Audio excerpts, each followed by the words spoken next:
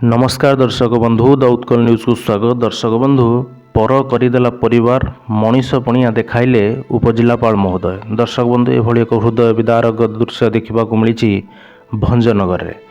भंजनगर जिते भी बड़ पदपदवी रहतु ना कहीं किंतु मनीष पणिया एबे भी रही कोरोना समय क्रूर हो जाउथबा मनीष मध्य बेले बेले एपरी दृश्य सामना को आसे जहाँ समस्त उदाहरण पलटे। एभली मानविकतार उदाहरण सृष्टि करिसेंती प्रशासनिक स्तर जड़े उच्चपदस्थ अधिकारी से आउ कहीं नुहति भंजनगर उपखंडर उपजिलापाल राजेंद्र मिंजी। एभली एक घटना जहाँ आपण को हतबाक करदेव। वर्तमान समय अनेक घटना देखा मिलूँ जोठी कोविड किंबा कोविड संदिग्ध मृत्यु होला परे परिवार लोके मुह फेराई नौछंती। गत मंगलवार राति सेमिति एक घटना देखा मिलता।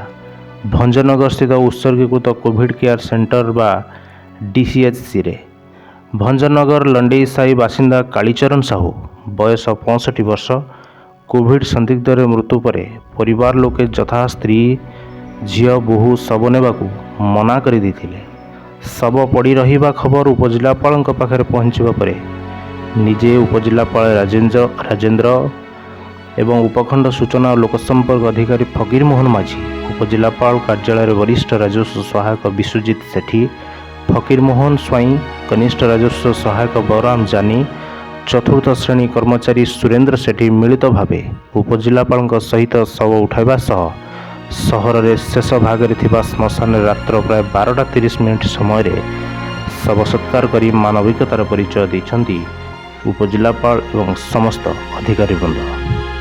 दर्शक बंधु भंजनगर उपजिलापाल एभली महानता को अंचल में ढेर प्रशंसा मिलता बेले एभली भयंकर भूताणु कोरोना मृत पर शवदाह करने जिते केही पाख माडिलेनी सेतबेले मनीषर प्रथम कर्तव्य मानविकता देखाइले भंजनगर ये उपजिलापाल महोदय। से आउ कहीं नुहति से होते राजेंद्र मिंजी। कर्मचारी मिसी शवदाह कले उपजिलापाल। संकट समय उपजिलापाल एभली महानता बा एभली कार्य को ट्वीट करी उच्च प्रशंसा करिसेंती मुख्यमंत्री नवीन पट्टनायक। ब्यूरो रिपोर्ट सह भुवनेश्वर किशोर चंद्र पाणी रिपोर्ट द उत्कल न्यूज।